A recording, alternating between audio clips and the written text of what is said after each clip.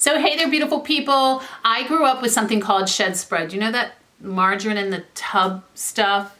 And also other vegetable oils. And why was that? Because the doctors, the health professionals were telling my parents that butter was bad for them, right? I never saw that evil butter in my home when I was growing up. There is a big irony to all of this, and that is what I'm going to share with you today. We are going to be talking about these inflammatory oils and how they are destroying our waistlines as well as our health. And you are getting, most likely, if you're not really careful, you're getting more than you know you're getting, even if you don't cook with these oils. This is number 9 of 10 of the most common weight loss mistakes, and it is coming right up.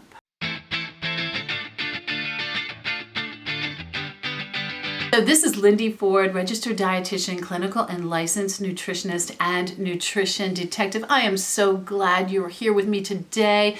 Remember to subscribe to this channel if you haven't already. Like this video, we'd really appreciate you doing that, as well as following me on all the social media. And just know that there is a newsletter that comes out quarterly, and to get that you have to go on my website and just sign up for that. It'll take you 30 seconds to do that. So yes, I grew up on the very things I'm telling you not to eat, and unfortunately this, and along with other bad health habits, were not good for my sweet parents who died at the age of 51 and 53 of preventable diseases like heart disease. My dad died at 51 from heart disease, but he didn't eat butter, so hey, you know, that's what they were telling the health professionals from the 70s until now. And this is the travesty behind this. They're still telling us that these oils are heart healthy. They are not heart healthy, and they're not good for your waistline.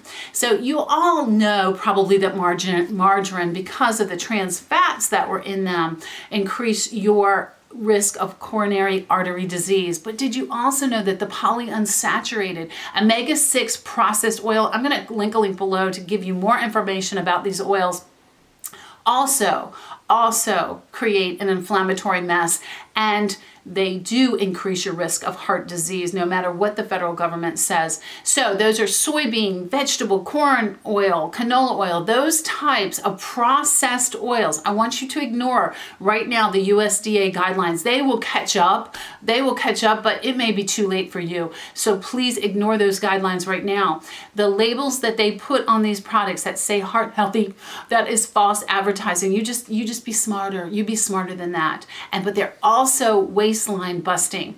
And it happens, it really happens every time we think we're so smart and we try to replace these traditional, real, whole foods with processed, and I call them frankenfoods, and that's really what they are. The price is too high, beautiful people, for your health and your waistline.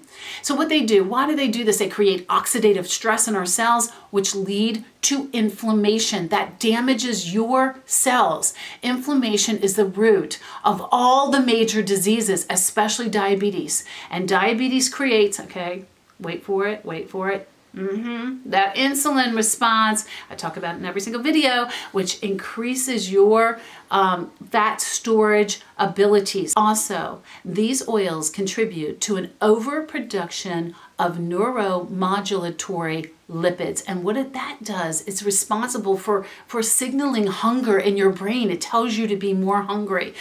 Now, you may say to me, well, Lindy, I do not cook with those oils. I know to cook with avocado oil, and I am so proud of you, but do you know that they're very sneaky? You need to look in your pantry. You need to look in your refrigerator. Do you have salad dressing? 90% of the salad dressings out there have soybean oil in them. Do you have mayonnaise? Do you have crackers and cookies? And I mean, they're cheap. They're very cheap. So the manufacturers sneak them into everything. So go through all of your food and see where you might find those oils and get them out. And I'm telling you, when you do that, that is one step towards a healthier body and a smaller waistline. It is so important. Take them out and watch what will happen to you. And what I want you to do right now is I'm going to link the whole playlist of 1 through 9, and I want you to watch all of these videos. You put all of this information together and you are going to have a game plan for better health and a healthier weight. And I will see you in the next video.